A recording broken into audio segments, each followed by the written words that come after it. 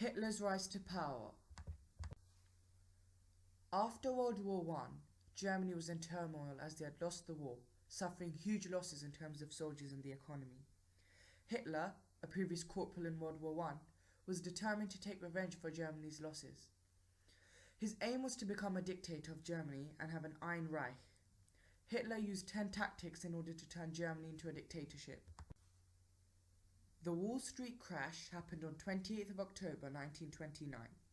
The US stock market crashed and US banks lost a lot of money and stopped loaning to Germany, resulting in the collapse of the German economy. This caused massive unemployment worldwide, leading to poverty and suffering. In turn, this was a positive event for the Nazis as they increased in popularity because they promised prosperity and a great Germany. By the 1930 elections, the Nazis showed a gain to 107 seats in the Reichstag, much more than the 12 seats they won at the 1928 elections. In July 1932, the elections happened again and the Nazis became the largest party by having a total of 230 seats. In the November 1932 elections, the Nazis suffered a loss and were dropped down to 196 seats.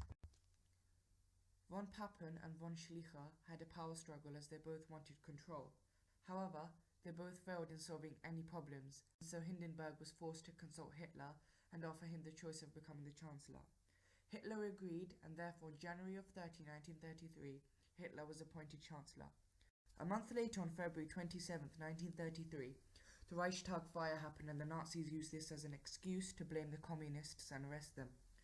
In the midst, Hindenburg was thinking of who was responsible for this arson attack.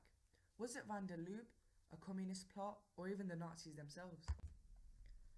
Hitler was allowed to pass the emergency Reichstag fire decree, which was the law of the protection of the state of the people, nullifying many of the civil liberties of German citizens, such as gay rights and freedom of expression and the media. The communists were intimidated and were kicked out of the Reichstag. In the elections held on March 5, 1933, the Nazi Party won 288 seats, which was still not a majority, and the Communists won 81, so Hitler declared the Communist Party as being illegal. Hitler then made a coalition with the National Socialists. All this gave him enough support in Parliament, and on March 23, 1933, Hitler passed the Enabling Act. The ratio for the Enabling Act poll was 444 for the Enabling Act and 94 against the Enabling Act. The Enabling Act let Hitler govern for 4 years without Parliament, so he was allowed to pass laws without consulting the President or Reichstag.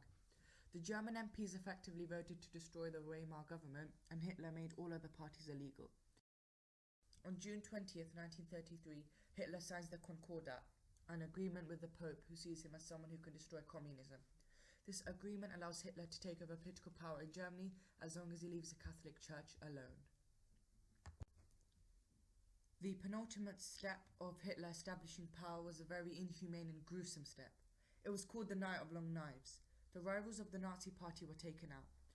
The biggest threat was Ernst Röhm, the controller of the SA. Hitler sends some of his own men, the SS, which are a German police or military-style organization created to serve Hitler as bodyguards, to murder around 400 of the SA members, including Röhm, Strasser, and von Schleicher. Any other potential threats were also stamped out. Hitler then forcefully transferred the SA members into the new army of Germany, the SS, who were also known as the Black Shirts. A month later, on August 2, 1933, Hindenburg dies at the age of 86 due to lung cancer. Hitler combined the posts of Chancellor and President, making himself Commander-in-Chief of the army. Hitler declared himself as Der Führer, which means the leader or the ruler. This was the beginning of a dictatorship and a new beginning for Nazi Germany.